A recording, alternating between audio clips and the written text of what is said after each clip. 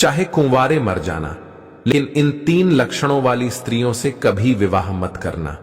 प्रिय दर्शकों, इस वीडियो में आपके लिए लेकर के आए हैं एक ऐसी कहानी जिसमें आपको बताया जाएगा कि अपनी जिंदगी में कुंवारे मर जाना, लेकिन इन 3 लक्षण वाली स्त्रियों से हमेशा बचकर के रहना और इनसे कदापि विवाह मत करना। कभी जिंदगी में आप परेशान नहीं रहेंगे। मित्रों, ये कहानी आपको बहुत अच्छी जानकारी और सीख देकर के जाएगी। तो चलिए मित्रों, आपका कीमती समय बर्बाद ना करते हुए अब सीधे कहानी पर ही पहुंचते हैं। प्रिय दोस्तों, एक समय की बात है, किसी जंगल में तोता और मैना का जोड़ा एक वृक्ष के डाल पर बैठा हुआ था। तोता ने मैना से कहा कि हे मैना रानी, आज का समय बहुत ही बदल चुका है। मैना कहने लगी, पिया जी ऐसा क्या समय बदल चुका है? तब तोता कहता है कि हे मैना रानी, समय इतना बदल गया है कि आजकल की स्त्रियां और आजकल की लड़कियां बहुत ही स्वार्थी बन चुकी हैं, क्योंकि स्त्रियां अपने स्वार्थ के लिए कुछ भी करने के लिए तैयार हो जाती हैं। जो काम उन्हें कदापि नहीं करना चाहिए वो स्वार्थ के प्रति स्त्रियां कर बैठती हैं। मैना कहती हैं कि पिया जी, मैं तुम्हारी बात से सहमत नहीं हूं। स्त्रियां कैसे स्वार्थी हो सकती है? आप हमारी नारी जाति की बुराई कर रहे हैं। तोता कहता है, नहीं मैना, तुम हमारी बात पर विश्वास करो। तब मैना कहती है, नहीं स्वामी, मैं तुम्हारी बात पर विश्वास नहीं कर सकती हूं। तब तोता कहता है, ठीक है मैना, जब तुम्हें विश्वास नहीं है तो आइए हम आपके लिए एक कहानी सुनाते हैं, और इस कहानी को सुनने के साथ साथ तुमको यह विश्वास हो जाएगा कि तुम्हारी नारी जाति कितनी स्वार्थी बन चुकी है और अपने स्वार्थ के लिए कितने गलत गलत काम करने के लिए तैयार हो जाती है। दोस्तों, तभी मैना कहती है, ठीक है स्वामी, पहले आप वह कहानी सुनाइए और सिद्ध करके बताइए कि हमारी नारी जाति स्वार्थी है या नहीं है। दोस्तों, तब वो तोता अपने मैना रानी को वह कहानी सुनाता है। तोता कहता है, हे मैना, एक समय की बात है, किसी नगर में 3 दोस्त रहते थे। एक राजा का लड़का था जो राजकुमार था, एक बनिया का लड़का था और एक साहूकार का लड़का था। 3 दोस्त थे। तीनों में बहुत गहरी दोस्ती थी, क्योंकि वह तीनों साथ साथ पढ़े थे और साथ ही साथ बड़े भी हुए थे। राजा का जो लड़का था, जो राजकुमार था, उसकी शादी भी हो चुकी थी। तो मित्रों, एक दिन की बात है, तीनों दोस्त राजा के बगीचे में टहल रहे थे। तो राजकुमार, जो राजा का लड़का था, वह अपने दोस्तों से कहता है, भाई कल चलते हैं और अपनी पत्नी को उसके मायके से बुला करके ले आते हैं, क्योंकि बहुत दिन हो चुके हैं और हमें अपने पत्नी की बहुत याद आ रही है। इसीलिए कल ससुराल में चलते हैं और तुम हमारे साथ चलो और हम अपनी पत्नी को बुला लाए। तब इन दोनों दोस्तों ने कहा, जो साहूकार का लड़का था और बनिया का लड़का था, इन दोनों ने बोला, भाई तुम तो अपने ससुराल में पहुंच जाओगे और ससुराल में ससुर जी के महल में आराम से सो गए, लेकिन हम कहां जाएंगे? तब राजकुमार कहता है, मेरे भाई तुम कोई सराय देख लेना और एक रात की ही तो बात है, रात सराय में काट लेना और सुबह मैं अपनी पत्नी को लेकर के आ जाऊंगा और आराम से घर के लिए निकल चलेंगे। दोस्तों, राजकुमार के बात को सुन करके दोनों दोस्त, साहूकार का लड़का और बनिया का लड़का जो था, वो सहमत हो जाता है। लेकिन बनिया का लड़का जो था वो बहुत ही चालाक और चतुर था, और जो राजा का लड़का, राजकुमार और साहूकार का बेटा, बिल्कुल भोले और नादान थे। दोस्तों, दोनों दोस्त जब सहमत हो गए तो दूसरा दिन होता है और दोनों दोस्त अपने दोस्त राजकुमार के साथ मैं वहां से चले जाते हैं, और चलते चलते 3 दिन इनके रास्ते में लग गई। और 3 दिन के बाद में राजकुमार अपने ससुराल के पास में जब पहुंचता है, उस नगर के पास में जब पहुंचता है, तो राजकुमार अपने दोनों दोस्तों से कहता है, मेरे भाई यहां कोई सराय देख लेना और रात उस सराय में काट लेना और मैं ससुराल जाता हूं, सुबह जल्दी आ। इतना कहने के बाद अपने ससुराल के लिए चला जाता है, और इधर साहूकार का लड़का और बनिया का लड़का सराय की तलाश में निकल जाते हैं। ढूंढते ढूंढते उनको एक सराय दिखाई देती है, और सराय के जब समीप पहुंचते हैं तो उन्होंने देखा कि यहां खाने पीने की भी व्यवस्था सही है और रुकने की भी व्यवस्था सही नजर आ रही है दोस्तों। सराय के दरवाजे पर जब वे पहुंचे तो वहां उन्होंने एक बुढ़िया को देखा। उस बुढ़िया के पास में जाकर कहने लगा, हे माता, हम इस सराय में रात व्यतीत करने के लिए आए हैं और सुबह चले जाएंगे। हमारे लिए इस सराय में जगह दे दो जो हम रात सही से काट सके। दोनों दोस्तों की बात को सुन करके वो बुढ़िया जो थी वो कहने लगी, देखो बेटा, चाहे कहीं भी रुक जाओ, चाहे कहीं भी जाकर के रात काट लो, लेकिन इस सराय में आप ना रुके, इस सराय में आप रात ना गुजारें। तब दोनों दोस्त ने पूछा, ऐसा क्यों माता? तब बुढ़िया कहती हैं, मेरे पुत्र, इसमें अगर आप रुकें तो आप जिंदा नहीं बचेंगे, क्योंकि आपकी मृत्यु हो जाएगी। इस तरह से वो बुढ़िया जो थी साहूकार के लड़के और बनिया के लड़के को समझा रही थी। तब तक एक बहुत सुंदर लड़की, एक बहुत सुंदर युवती दरवाजे के भीतर उस साहूकार के लड़के को दिखाई दे जाती है। साहूकार के लड़का ने जब उस सुंदर युवती को देखा तब वो उस पर मोहित हो गया और उसके साथ रात में रुकने के लिए वो तैयार था। उतावला हो रहा था कि किसी न किसी तरीके से हम इसके साथ रात गुजार लें। मित्रों, इधर वो बुढ़िया समझाती रही, लेकिन साहूकार का लड़का नहीं माना। साहूकार का लड़का जो था वो अपने दोस्त से कहता हुआ चला गया कि उतावला हो रहा था कि किसी न किसी तरीके से हम इसके साथ रात गुजार लें। मित्रों, इधर वो बुढ़िया समझाती रही, लेकिन साहूकार का लड़का नहीं माना। साहूकार का लड़का जो था वो अपने दोस्त से कहता हुआ चला गया कि दोस्त, तुझे कहीं जगह मिल जाए तो तू रुक लेना, पर हम तो इसके साथ में ही रुकेंगे दोस्तों। इतना कहने के बाद में वो साहूकार का लड़का जो था उस सुंदर युवती के साथ में रुकने के लिए वो अंदर चला गया। और जो सराय में एक हॉल टाइप का रूम यानी हॉल जैसा एक कमरा था वो बहुत गहरा और लंबा था। उसमें वो सुंदर युवती के साथ मैं साहूकार का बेटा चला जाता है। दोस्तों, इधर रात हो चुकी थी और सोने का भी वक्त कुछ समय में होने वाला था। दोस्तों, वो तोता मैना से कहता है, इधर साहूकार का लड़का उस सुंदर युवती के साथ में सराय के अंदर चला गया, लेकिन बनिया का लड़क बाहर रह गया, जो बहुत ही चालाक था, वह चतुर था और समझदार था। बनिया का लड़का ने उसे रोका भी, लेकिन वो नहीं माना। अब दोस्तों का लड़का जो था वो बुढ़िया के पास फिर से पहुंचता है और कहता है, हे बूढ़ी माता, मैं आपकी बात को समझा नहीं। आपने कहा कि इस सराय में जो रुकेगा उसकी मृत्यु हो जाएगी और वह सुबह जिंदा लौट करके नहीं आएगा। इसका क्या कारण है, बताने की कृपा करें मित्रों। तब वो बुढ़िया कहती है, बेटा, तुम उसे रोक रहे थे, लेकिन तुम्हारा दोस्त नहीं माना। मुझे डर है कि वो सुबह आपको जिंदा नहीं मिलेगा। बनिया का लड़का कहने लगा, वही तो मैं आपसे जानना चाहता हूं। माता, बात क्या है, खुल करके बताओ। तब बुढ़िया ने कहा, बेटा, ये जो सुंदर युवती आपके दोस्त ने देखी, जिसके साथ में वह अंदर चला गया, ये सुंदर युवती जो है ये एक वैश्य है और नागिन है।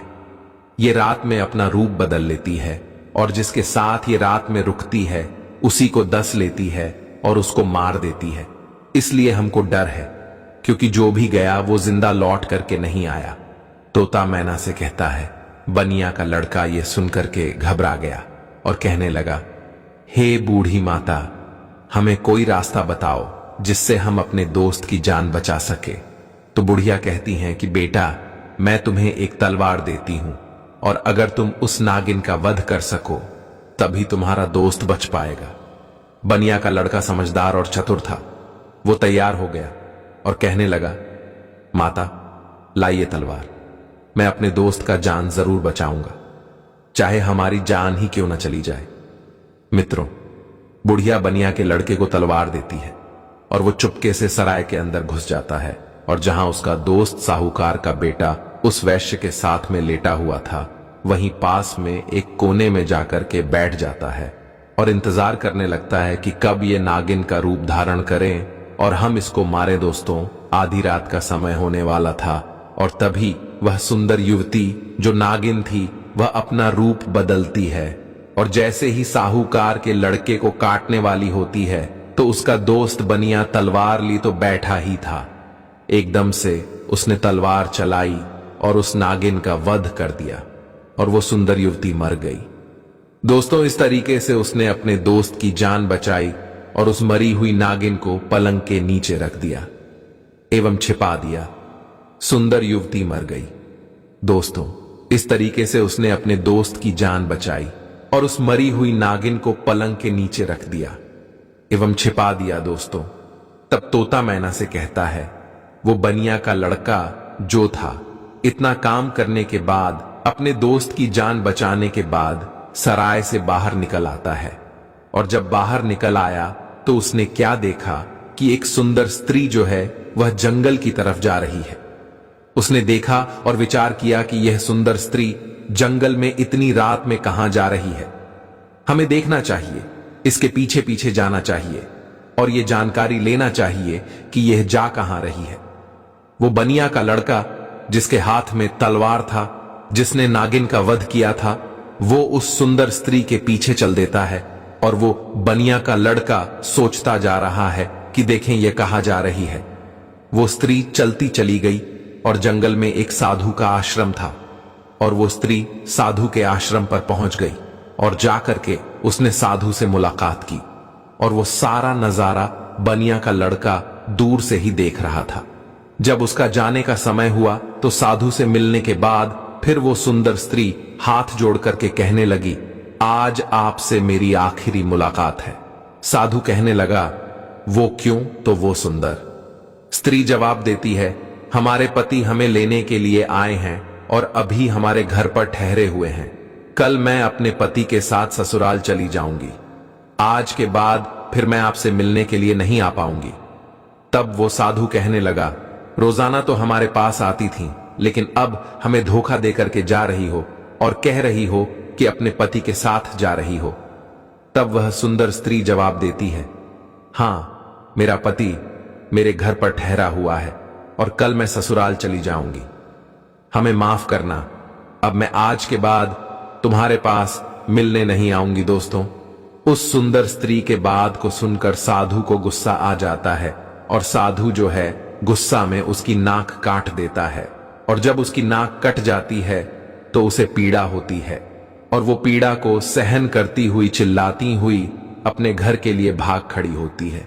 इधर दोस्तों, वो बनिया का लड़का सारी बातें सुन रहा था और ये नजारा देख रहा था। उस बनिया के लड़का को बहुत गुस्सा आ गया और उसने गुस्से में साधु को मार दिया, उसकी हत्या कर दी और उसको मार करके वहां से तुरंत वे चल देता है और आगे चलकर के एक मंदिर था और उसी मंदिर में जाकर के छिपकर भीतर बैठ गया। अब वो सोचता है कि हे प्रभु, इस दुनिया में हो क्या रहा है। अब इधर जो वो बनिया का लड़का मंदिर के अंदर बेचारा चुपचाप बैठा हुआ था, वहां पर कुछ चोर आते हैं और चोर मंदिर के बाहर से हाथ जोड़ करके कहता है, हे देवी मां, हम चोरी करने के लिए जा रहे हैं और अगर ये हमारी चोरी आसानी से हो जाए और हम ना पकड़े गए तो कल हम तुम्हारे पास तुम्हारे लिए राजा के लड़की को लाएंगे और उसकी बलि चढ़ाएंगे। इतना कहने के बाद में वो चोर अपनी चोरी करने के लिए चले जाते हैं और जो अंदर बनिया का लड़का बैठा था, उसने जब चोरों की बात को सुना तो उसके पैरों तले जमीन खिसक गई और वो कहता है, ये क्या है? यहां भी एक हत्या होने वाली है प्रभु, ये हो क्या रहा है? दोस्तों, वो बनिया का लड़का विचार करता है, चाहे कुछ भी हो जाए लेकिन मैं राजा की लड़की की हत्या नहीं होने दूंगा। ये सोच करके वो मंदिर में बैठा रहा। इधर दोस्तों, क्या हुआ कि वो स्त्री जो थी जिसकी नाक साधु ने काटी थी, वो अपने घर पर पहुंची और उसने रोना धोना बंद किया। बाकी पीड़ा तो सता रही थी। उसने विचार किया, अगर सुबह लोग हमको देखेंगे तो पता नहीं, ना जाने मेरे बारे में क्या कहेंगे। हमें शर्म से अपना सर नीचा झुकाना पड़ेगा। क्यों ना हम अपने पति को फंसा दें और ये कह दें कि हमारे पति ने मेरी नाक काट ली।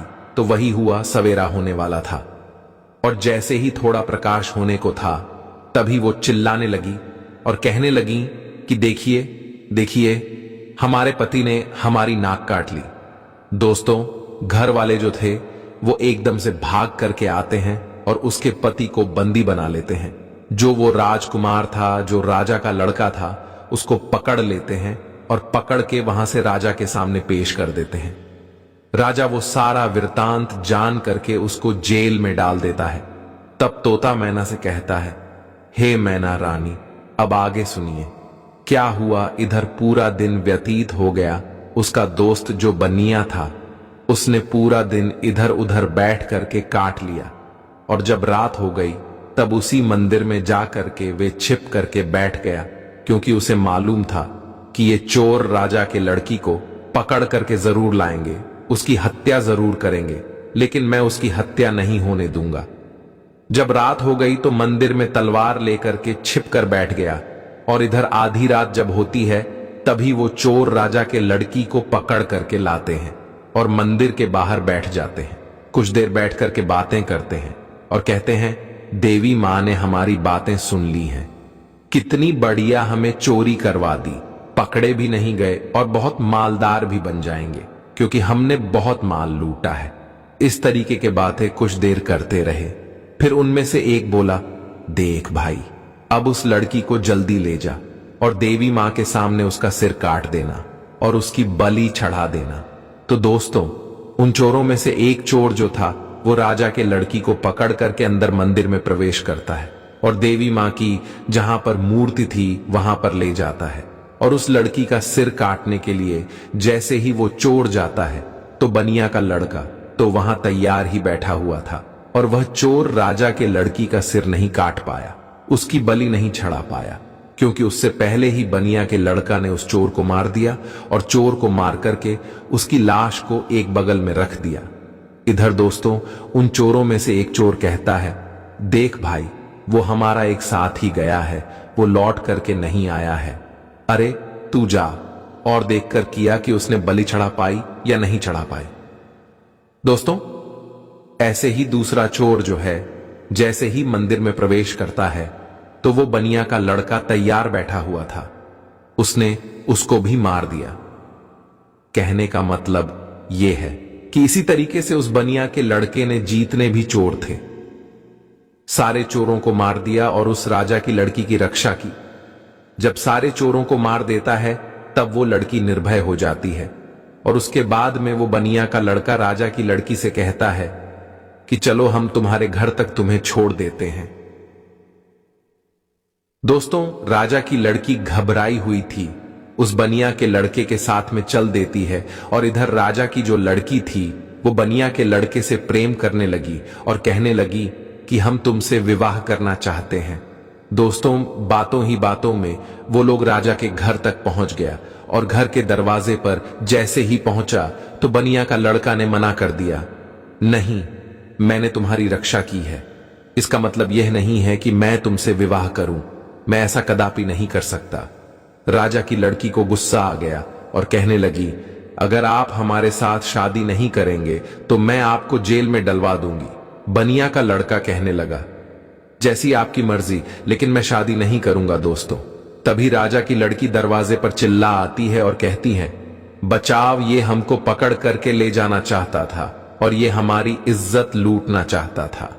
दोस्तों, राजा के लड़की को चिल्लाते हुए सैनिकों ने देखा तो सैनिकों ने भाग करके उस बनिया के लड़के को पकड़ लिया और राजा के सामने पेश कर दिया और कहा कि राजा साहब, ये तुम्हारी लड़की की इज्जत लूटना चाहता था, ये आपकी लड़की को पकड़ करके ले जाना चाहता था, वो तो आपकी लड़की चिल्लाने लगी, इसलिए मैंने बचा लिया। अगर वो नहीं चिल्ला पाती तो ये आपके लड़की के इज्जत के साथ खिलवाड़ कर देता। दोस्तों, ये सुनने के बाद राजा को क्रोध आ गया और उसने पकड़ करके उस बनिया के लड़के को जेल में डाल दिया, जहां उसके दोनों दोस्त भी मौजूद थे, जो साहूकार का लड़का था और राजा का लड़का था। वो दोस्त भी उसे मिल गए। साहूकार के लड़का को सराय वालों ने पकड़वा दिया, क्योंकि इसने एक वैश्य व सुंदर युवती का वध किया, इसलिए वो भी वहां जेल में मौजूद था। अब तीनों दोस्त जेल में जाकर के मिल जाते हैं और एक दूसरे के साथ में वहां बैठ जाते हैं। इधर दोस्तों, अगला दिन हुआ और वो राजा दरबार में तीनों को बुलाता है जिन तीनों को राजा ने पकड़ करके जेल में बंद किया था और उन्हें सजा सुनाने के लिए तैयार हो जाता है। दरबार लगा हुआ था और राजा ने जो साहूकार का लड़का था जिसने वैश्य का वध किया था उसे अपने पास में बुलाया और उससे कहा, ये क्यों रे, तेरा क्या नाम है, कहां का रहने वाला है? तब वो लड़का कहने लगा कि मैं साहूकार का बेटा हूं राजा। कहने लगा, ये बता तूने वैश्य का वध क्यों किया, उसे क्यों मारा? अब दोस्तों उस साहूकार के लड़का को कुछ मालूम ही नहीं था जो वो राजा को बता सकता। उसे नहीं मालूम था कि वैश्य का वध किसने किया। वैश्य का वध साहूकार के लड़का ने किया नहीं था जो उसे मालूम होता। राजा ने फिर पूछा, चुपचाप क्यों खड़ा है, बता कि तूने उस वैश्य का वध क्यों किया दोस्तों। तब वो साहूकार का लड़का तो नहीं बोल पाया, लेकिन जो बनिया का लड़का था वो कहने लगा, महाराज क्षमा चाहता हूं, जो बीच में हमको बोलना पड़ रहा है। इसे कुछ मालूम नहीं है, इसने वैश्य का वध नहीं किया, क्योंकि वैश्य का वध मैंने किया है। राजा कहने लगा, तो बता तूने क्यों किया, बात क्या है?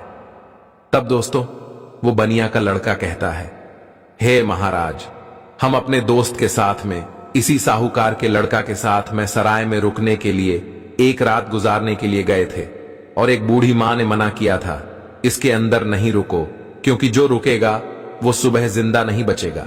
लेकिन ये हमारा दोस्त नहीं माना और उसने सुंदर वैश्य को देख करके रात गुजारने के लिए अंदर सराय में चला गया।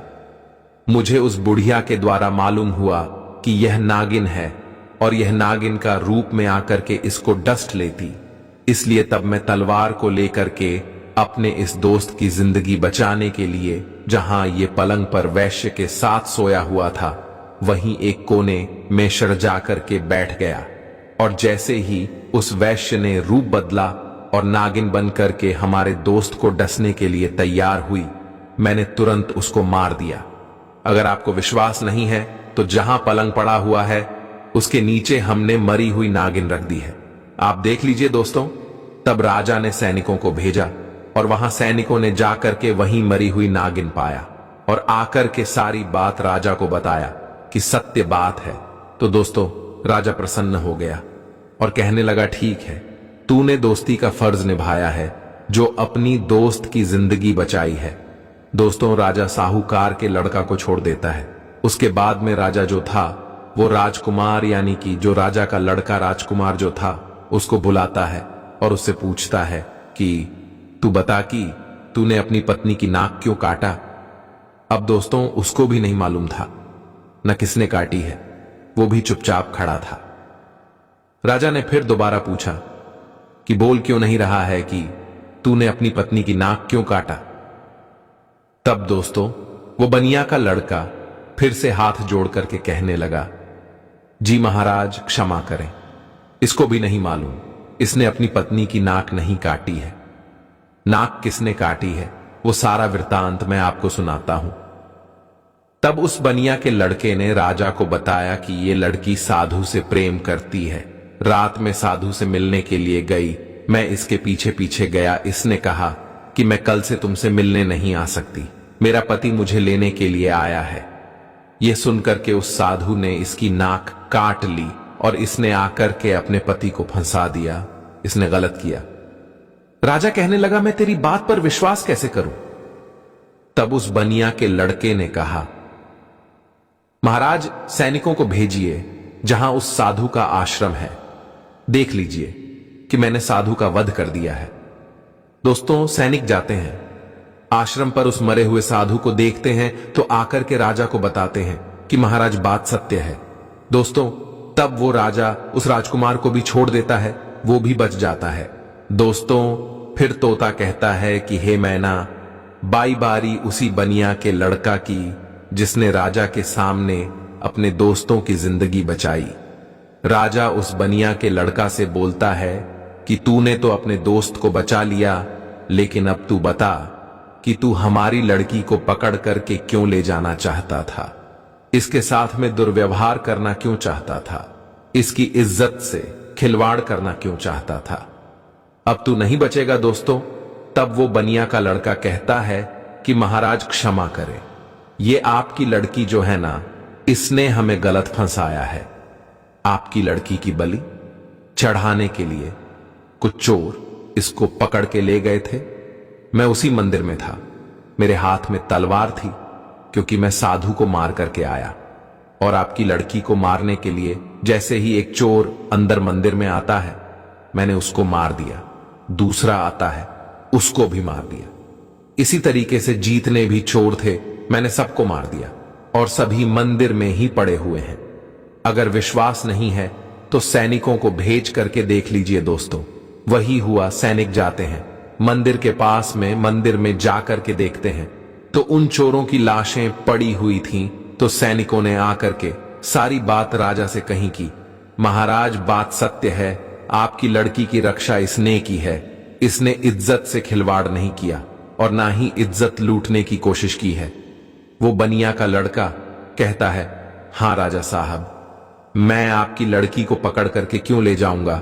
और सुनिए महाराज, चोरों से बचा करके जब आपके लड़की को घर छोड़ने के लिए आ रहा था, तब आपकी लड़की हम पर असत्य हो गई, प्रेम करने लगी और विवाह करने की जिद करने लगी। मैंने कहा मैं ऐसा कदापि नहीं कर सकता, मैंने इस लड़की की रक्षा की है और उसके बदले में मैं उससे विवाह करूं, उसकी इज्जत से खिलवाड़ करूं, ऐसा मैं नहीं कर सकता। मैंने उसे मना किया तो उसने कहा अगर तुम हमसे विवाह नहीं करोगे तो हम अपने पिता से कहकर तुम्हें जेल में डलवा देंगे। और उसने वही किया। बनिया के लड़के के बात को सुनकर के राजा जो था, उसका चेहरा शर्म से नीचे झुक जाता है और तब उसने बनिया के लड़के को आजाद कर दिया और माफी मांगी कि जाओ बेटा, तुम आजाद हो, तुम्हारी गलती नहीं है। इस तरीके से वो बनिया का लड़का जो था अपने दोनों दोस्तों को बचा लेता है और खुद भी बच जाता है और तीनों दोस्त हंसते हंसते अपने नगर में चले आते हैं और आराम से फिर वही रहने लगते हैं। तो दोस्तों, अब वो तोता कहता है कि हे मैना, देख लिया, इस तरीके से नारी जात स्वार्थी बन चुकी है और अपने स्वार्थ के लिए गलत से गलत काम के लिए तैयार हो जाती है। अब उस गलत काम के लिए चाहे कुछ भी करना पड़े, चाहे कितने भी कष्ट झेलना पड़े, चाहे किसी के भी जिंदगी से खिलवाड़ क्यों ना करना पड़े, लेकिन ऐसी स्त्रियां नहीं मानती हैं दोस्तों। अपने पिया तोता की बात को सुनकर के मैना जो है वो चुप हो जाती है। उसके बाद में तोता कहता है, हे मैना रानी, इसीलिए तो मैं सोचता हूं कि चाहे भूखे मर जाना, लेकिन इन 3 लक्षणों वाली स्त्रियों से कभी विवाह मत करना। तोता समझाता है कि 3 लक्षणों वाली स्त्रियां ये हैं। पहली, वो जो पति होकर के भी पराये पति से हित करें और पराये पति से छुप छुप के मिलने के लिए जाए, अपने पतिव्रता धर्म को भूल जाए और उसके साथ में हवस का शिकार बन जाए। तो ऐसी स्त्री से हमेशा बचना चाहिए और ऐसी स्त्रियों से दूर रहना चाहिए। और दूसरी स्त्री वो है जो एक स्त्री तो है लेकिन वेश्यावृत्ति के तरह जिंदगी गुजार रही है, नागिन की तरह रह रही है। अब उसे अपने हवस के इच्छा पूर्ति के लिए चाहे अपने पति का ही कत्ल क्यों ना करना पड़े, लेकिन वो कर बैठती हैं और नागिन की तरह अपने पति को डस करके उसे मार डालती हैं।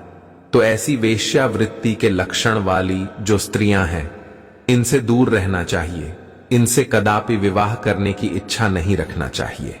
और तोता बोला, हे मैना, तीसरी स्त्री वो है जिसकी जान अगर कोई बचाए और अगर वो मरने के लिए जा रही हो और उसकी अगर कोई जान बचा ले और ऐसे में वे मददगार को ही झूठा फंसा दे और उसी मददगार से विवाह की इच्छा करे, उसी से दुर्व्यवहार करने की इच्छा करें और फिर उसको झूठा फंसा करके उसको मरवा डाले या उसे जेल में बंद करवा दें या उसे सजा दिलवा दें, तो ऐसी स्त्रियों से भी हमेशा बच के रहना चाहिए। इनका कोई भरोसा नहीं है कि किस वक्त तुम्हारी जिंदगी को ले बैठे। तो दोस्तों, मेरे कहने का तात्पर्य यह है कि ये कहानी हमें यही सिखाती है कि चाहे जीवन में कुमारी मर जाना, लेकिन इन 3 लक्षणों वाली लड़कियों से हमेशा दूर रहना, बच करके रहना। कभी जिंदगी में फंसोगे नहीं और कभी जिंदगी में दुखी नहीं रहोगे और तुम्हें कभी भी जिंदगी में रोना भी नहीं पड़ेगा और पछताना भी नहीं पड़ेगा। तो प्रिय मित्रों, कैसी लगी आपको ये कहानी? अगर कहानी अच्छी लगी है, पसंद आई है, तो कमेंट बॉक्स में जरूर बताना और हो सके तो अपने मित्रों को भी शेयर करना और हमारे चैनल को सब्सक्राइब अवश्य करना।